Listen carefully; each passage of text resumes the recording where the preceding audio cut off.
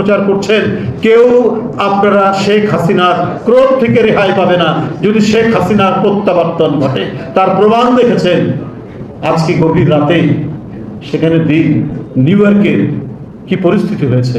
নিরাপত্তা বাহিনীকে বলছি যে দেখা মাত্রই, আন্দোলনকারীদের দেখা মাত্রই আপনারা গুলি করবেন। পিছনের দরজা দিয়ে ক্ষমতায় যাওয়ার জন্য তাদের সাথে প্রেম প্রীতি করার চেষ্টা করছেন, তাদের জন্য মঙ্গলজনক কিছু বয়ে নিয়ে আসবে না। তারা 1/11-এর যে ব্যর্থতা, -2 তত্ত্বকে তারা প্রতিষ্ঠিত করতে পারেনি বলেই এখন নতুনভাবে তারা চেষ্টা করছেন যে আরেকটা কিভাবে বিদায় করা যায়।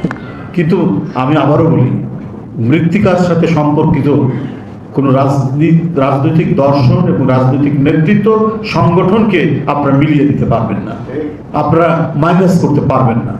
এটা আপনারা চেষ্টা করেছেন 1/11 থেকে, তারপরেও পারেননি। আপনারা পেরেছেন একজনকে এবং তাকে প্রতিষ্ঠা করেছিলেন, তিনি শেখ হাসিনা। তিনি চলে গেছিলেন আমেরিকায় তার ছেলের কাছে।